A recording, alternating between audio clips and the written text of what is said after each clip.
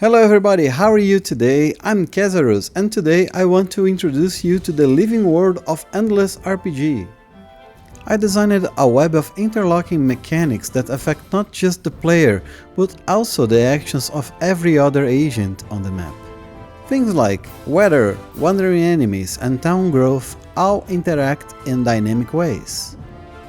And we will dive deep into town growth.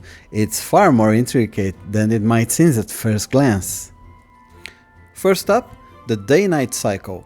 It directly affects not only the combat visibility, reducing the range of attacks, but also the patrol range of troops in towns. They extend in the day and shrink at night. Next, the rain system. It's a complex mechanic that spawns seed clouds traveling across the world, shifting directions as they go and collecting humidity based on the terrain below. The rain also affects cloud speed, adding another layer of dynamism. Clouds converge, gathering even more moisture, and when they are saturated enough, BAM! Black clouds form and rain pours down. Rain doesn't just look cool. It impacts combat too, reducing movement and dash capabilities, completely changing how a fight plays out. Now, let's talk about the fog. It forms during the early hours of the night and starts to dissipate at dawn. As it lingers, fog spread, especially over forests and mountains, gradually cover more of the land. In combat, fog creates obstacles that block line of sight and limit attack angles, adding a layer of strategy. Lastly, on weather, we have snow. It covers the north and southern parts of the map, depending on the month.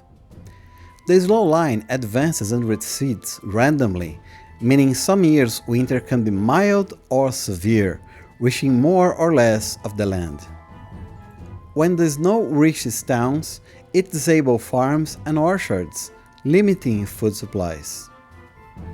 In combat, snow creates difficult terrain, slowing down movement and making it harder to navigate. Now, a word of caution. Don't rush into combat when the weather's throwing a wrench in things.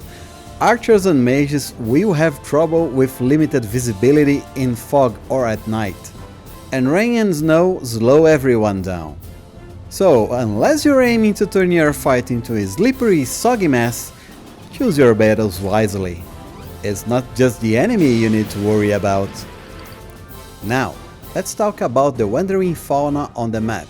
They spawn based on the biome type, but the creatures are entirely random, so no level restriction. You might even run into ogres, which are a dangerous threat on their own. These wanderers won't hesitate to attack anything that isn't one of their own, whether it's other wildlife, troops, or even the player. Their presence can shift the balance, weakening troops in areas they roam. So, keep your eyes open when you're out in the wilderness. With all that said, the world around you is constantly changing. Now, let's talk about how towns fit into this dynamic landscape. Each day, towns grow in population and can level up. Town levels range from 1 to 5, and this impacts everything, from the items available in shops to the structures where you can train. The layout of the towns tells you a lot before you even set foot inside. Houses near the center indicate the size and level of the town. The inner corners are reserved for manufacturing, like smiths and artificers, and training grounds, such as barracks, war colleges, and temples of all kinds. These training grounds are vital for the player, as they are where characters can acquire new skills. The outskirts are where resources like food, wood, ore, and crystals are produced, and these depend on the biome in the area. These areas are crucial for players who want to craft their own items, as each town offers access to specific resources. Each race has a preference for which building they construct at the corners too, so some structures are more common depending on the town's race. Additionally, each race can construct a unique racial building. Keep an eye out for these, as they are special. You will discover unique equipment there that cannot be found elsewhere, along a list of exclusive skills.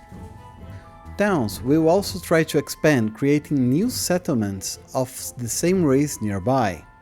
However, sometimes elven and orc towns can give rise to the rare outcast towns like dark elves and goblins respectively.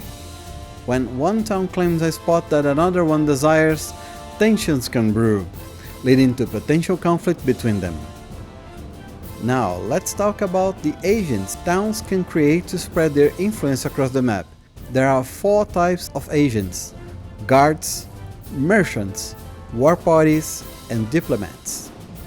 Guards stay close to town, defending it from any threats, whether it is wild creatures, agents from enemy towns, or even evil forces. Merchants, on the other hand, travel to allied towns, strengthening relationships and offering better deals in the shops. When towns clash, they have 2 ways to settle their differences: war or peace. If they choose peace, a diplomat is sent to the rival town to negotiate. If things go well, the towns will return to neutral and stop being hostile towards each other. But if war is declared, a war party is formed and sent to attack. In some cases, these war parties can even raze the enemy town to the ground. And there's another dangerous force, the evil centers. These malevolent entities appear occasionally and, like towns, can create their own guards and war parties. And they are hell-bent on destroying everything around them. Lastly, let's talk about reputation. It tracks the relationship between towns and the player. As mentioned earlier, merchants and diplomats can help improve towns' relations. But on the flip side, towns' expansion and war parties can tank relations faster than you can say conflict. Most importantly, the player's actions can directly impact how a town views them.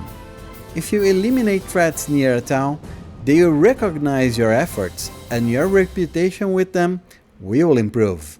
But if you choose to cause chaos, fighting guards, merchants, and other agents will see your reputation take a dive. A good reputation means better deals with towns, while a bad one might even prevent them from offering you contracts. So be careful and watch for your reputation. And that was an explanation about the Living World on Endless RPG.